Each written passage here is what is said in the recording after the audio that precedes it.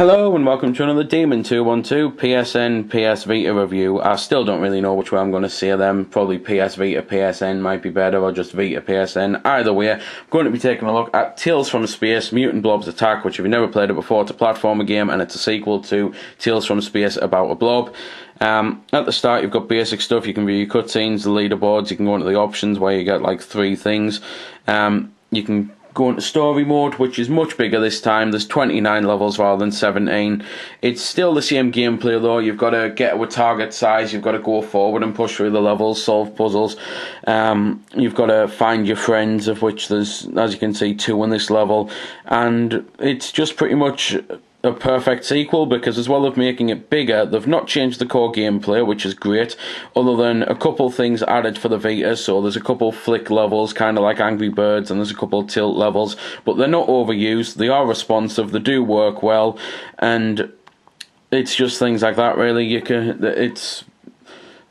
Whereas I like the touchscreen, I can't stand the rear touchscreen, as I keep mentioning in games, because I think when Nintendo pretty much started with touchscreens on the DS, and to be fair, someone might have started before them and I might be about to get shouted at, but as far as I'm aware, the first main console I have a touchscreen was the NDS, and I thought it worked amazing. I straight away knew it was the future of gaming. The moment I first used that, I knew it wasn't the future of gaming, and I'd be quite happy if Sony got rid of it in future editions of the Vita.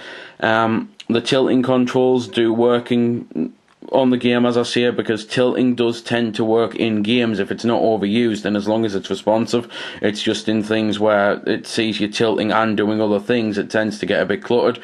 Although the tilting levels themselves can be a little bit unfair. For example, the section where it's kind of like you're guiding, I can never remember what they're called, but it's an old maze where you get a ball and you have to maneuver around holes, and it seems with this, the slightest fraction whisker of a hair of the blob can touch the hole and you can fall down it, and that does seem a little unfair, because I'd probably say 99% of the blob isn't touching the hole.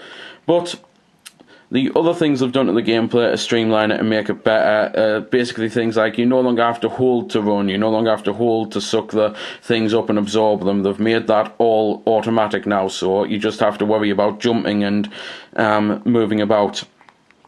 There's still powers and that, like for example the magnetism, but it is just pretty much the same game, only a sequel with new levels. You're doing the same things, you're collecting the blue dots, you're saving your friends, you're working out the puzzles. So if you like the first game, definitely get this one, you're going to love it. If you didn't like the first game, well, it depends on why you didn't like it, because if you didn't like it, maybe the humour wasn't your thing, well, nothing's changed there. If you didn't like it because of the graphics, again, nothing's changed there. If you didn't like it because of the music, nothing's changed there. But if you didn't like it because it was a bit complicated to play, because you were having to hold so many things, as I say, all of that's changed, and it's streamlined it, and there are people out there who hated the first game for that reason, who now love this game. I have kind of touched upon the graphics and that. As I say, they're pretty much the same, the humour and everything's the same, so if you loved them like I did, then you're going to be very happy. And when you complete a level,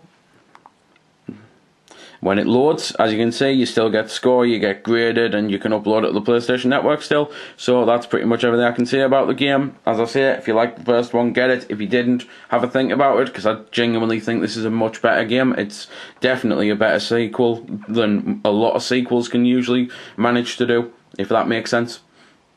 If not, think Godfather 3. So there we go then. That's been the review. I hope you found it helpful. I don't score the games because that's based purely on opinion, so instead I'll leave you to make your own mind up. So thanks for watching, and if you've got any questions about the game that I didn't answer in the vid, or that hasn't been answered in the comments, then feel free to ask and I'll help if I can.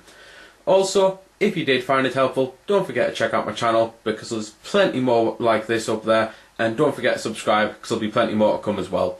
So until next time, this has been Demon212, signing off.